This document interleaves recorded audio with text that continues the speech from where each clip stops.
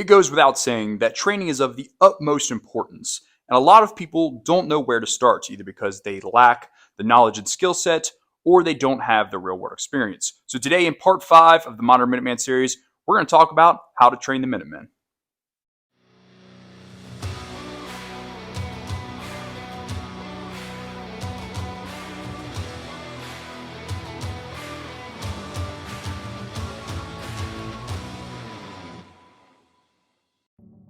Training is of the utmost importance. That goes without saying.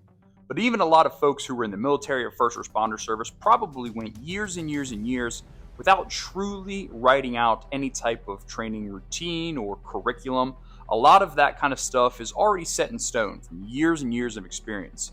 And people in the first responder service in the military, they have libraries of information and calendars that are developed years in advance, where we on the civilian side here, we do not have any of that. And a lot of people probably watching this weren't even in the service or have ever been a first responder to begin with. So then you start even further behind. So today, that is why we're going to talk about how to develop some sort of training plan, curriculum, whatever that might be. But before we get started, guys, please like, comment, subscribe to the channel. Anything you guys do helps us out. Head over to our website, check out classes, products. You guys know how this works. I don't have to tell you. Now, when we're talking about creating a training plan and how to actually train our guys, while in the beginning, as you start to get your small group together, it's okay to just kind of wing it every once in a while and you just be like, hey, this is what we're doing today. But after a while, that's not going to work. You're going to realize your training progress kind of starts to bottom out a little bit, or you don't have a routine for new guys coming into the group to eventually catch back up to those that have been around for a while. And that is not good for progressive training, because we are, of course, trying to get better and better. So the very first thing that we need to establish when we're trying to write a training plan, training curriculum, however we're going to call it, is the training topic. Please excuse my handwriting, guys. You guys liked the earlier whiteboard videos, and I don't have great handwriting, so bear with me. Now, you might say, Jeremy, there's a million things in the world I can do. What are the training topics? I've got you covered. Now, this is not everything, but here is 10 basic categories that you can devise curriculum around for training your guys. We have communications. Do your guys know how to work their radio? Do they know how to program their radios? Do they understand what the different frequency bands are and how to utilize them? You're into HF. Do your guys know how to construct dipoles? There's a ton of different stuff you can get into. Bushcraft and survival. You've got foraging, you've got fire starting, you've got shelter making. There's a ton of stuff there, guys. Intelligence. This goes into a lot of stuff because intel is key. Do they know how to write basic intel reports? Do they know what they're looking for? Do they know the difference between information and intelligence? Fitness and combatives. Obviously a given. It's like Flannel Daddy said, if you're not fit, you're going to die. And that should be put on a t-shirt somewhere. Medical, of course, that is a given. Marksmanship, small unit tactics, CQB, just the basic stuff. Patrolling, how to set up an ambush, what are the elements of a patrol, all of that kind of stuff. Recovery and repair. Specifically, if you're some sort of community group that looks to do some sort of like natural disaster response or humanitarian aid, anything like that, something like how to recover a vehicle from some sort of flooded area, a vehicle that's stuck in the snow, anything like that, doing a recovery class, because it's bound to be true that someone in your group drives a truck. You can go over some type of recovery. Repair. Do you have engineers or mechanics in your group of guys? Okay, cool. How do I fix the small motors of the different equipment I have, where it's generators, chainsaws, anything like that? You can even look at your weapons. Do all of your guys know how to change out the parts on their basic weapon systems? Do they know how to change out the gas tube on an AR? Anything like that. Land navigation, of course, is super important. While we do have cell phones that come with nifty-difty GPS systems, that can go away at any time, and it's also somewhat of a OPSEC concern in the field. So you need to know your land nav.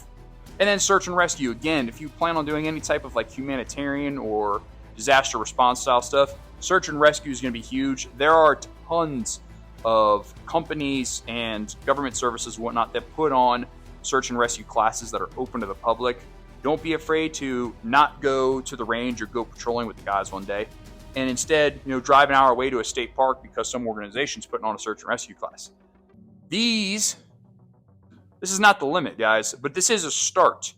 And if you identify, various categories or topics of training early on as you're developing your curriculum, you can then start to organize content that you come up with, put it in folders underneath of that curriculum, and then you can plan things out throughout the year. You can say, oh, this month of the year, we're focusing on this stuff. And then it immediately rolls over to this topic, so on and so forth. The system really, really helps you. That's pretty nifty, isn't it? All right, so we've talked about training topics. Now, this is going to go into training locations.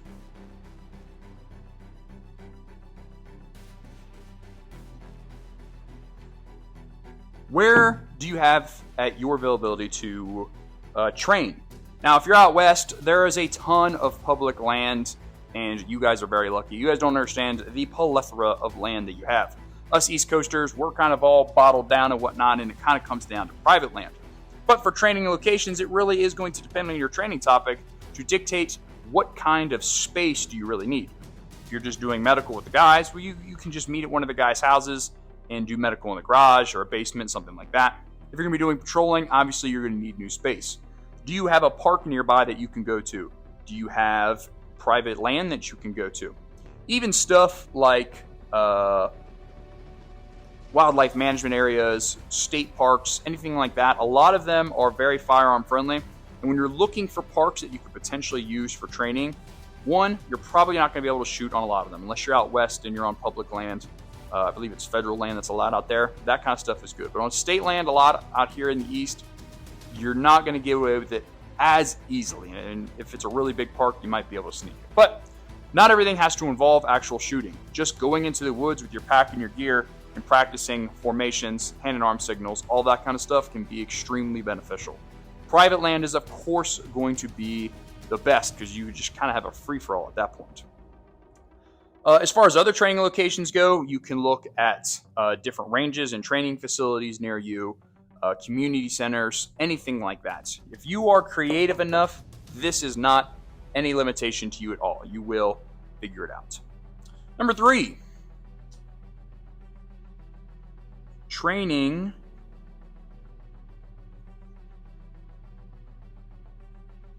resources. When I say this, I mean what type of equipment or gear will you need when you're actually doing the training? If you're doing, let's say, detainment training or combatives of some sort. Well, do I have something like red training flexi cuffs in order to actually practice this? If I'm going to the range, do I actually have targets? Do I have paper targets? Do I have steel targets? Whatever that might be. So resources, this is going to be a really big thing. Again, if you're creative, this is definitely not a limitation to you, but it is something that you're going to need to identify. Number 4, instructors. Just because Johnny was in the Army for 4 years as, admin, does not mean that he is qualified necessarily to teach patrolling and so on and so forth. But instructors can come in all shapes and sizes depending on your training topic. And are they qualified or at least credible to teach these types of things? If you have a buddy that's a mechanic in the group, have them do some sort of vehicle repair class. You got a paramedic in the group? Awesome. Let's do a medical class. Whatever this might be. Who is qualified in the group to teach this? Now, there is going to be circumstances where, unfortunately, nobody is super credible or reliable on teaching a specific topic. And that's just kind of an unfortunate reality that it is. Which takes us to the next part. Sources and materials.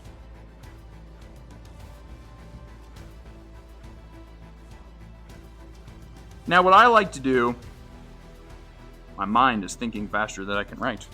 What I like to do is I really like PowerPoints. And I like to create just a library of information. That way, anybody at any point in time can always go back and reference the material that we went over.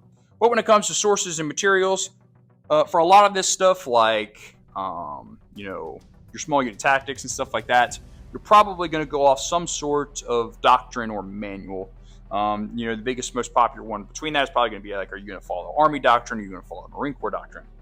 And from here, you can find tons and tons and tons of field manuals and all kinds of stuff that you can go off of. But field manuals doesn't necessarily mean that it is God's word. Things can be changed, things can be improved, and that's why you should create a paper trail of the improvements that you're making to some sort of doctrine that you're studying or anything like that. Create a paper trail, because that kind of stuff is going to be extremely beneficial for looking back at later. Now, when it comes to materials, you can make really just about anything. Oh, you need maps? Go to Caltopo and print out a ton of different maps. You need worksheets? Make worksheets. You can, any of this kind of stuff, again, with enough creativity, you can make all of this stuff. And that's really about it. And I didn't even make a list for this, guys. This is just off the top of my head. If I'm planning a training, these are 5 big questions that are normally going to be asked. And there are, of course, many other things like how long is the training going to take? What do the guys need to bring? So on and so forth. But you can answer these 5 questions when you're planning a training or developing some sort of curriculum. Then you're going to be off to a very good start. And you should create a curriculum, guys. If somebody in your group outside of that immediate, leader of the group is able to, or they're competent to, or they have the experience to, make them a training officer for the group. Let's say you have a group of 10 guys. And, you've got your leader. He was a military vet of some sort. And, he's been doing all this for a really long time. But the group's continuing to grow and it's starting to become a lot. Pick a guy that is either experienced or competent, and then pass along what you've been doing to him and get somebody else involved. You want to share the responsibility, but it also helps grow, the abilities and the confidence of members in your group as well. Then once you get even bigger, you have multiple training officers and they talk to each other and so on and so forth. But this is where we start, guys. Training is, of course, extremely, extremely important. If all you do is go to the flat range once a month, every single month of the year, that is going to be a problem. You need to diversify your training. And keeping track of your training and creating some sort of system is going to help you do that. That's all I've got, guys, for part 5 of the Modern Minuteman. As always, train hard, train often.